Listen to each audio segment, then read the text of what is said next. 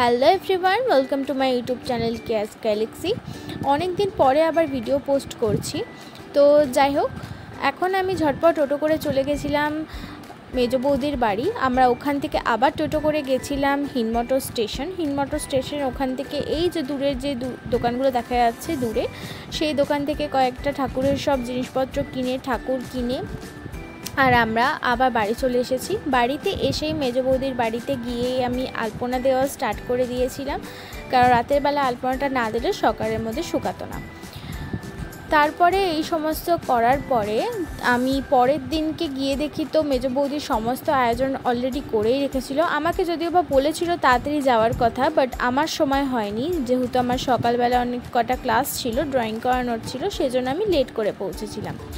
তো যাই হোক, এখানে ঠাকুরমশাই পুজো করা তো স্টার্ট করেই দিয়েছিল। আমি ঠিক পুজোর মধ্যেই ঢুকেছিলাম, আর এখানে সবাই পুষ্পাঞ্জলি দেবে। এবার আমার যেহেতু সকাল সকাল ক্লাস ছিল বলে আমার তো প্রচণ্ড জোরসে খিদে পেয়ে গেছিলো বলে আমি খেয়ে নিয়েছিলাম বলে আমার আর পুষ্পাঞ্জলিটা দেওয়া হয়নি, বাট বাকি সবাই পুষ্পাঞ্জলি দিয়েছিল।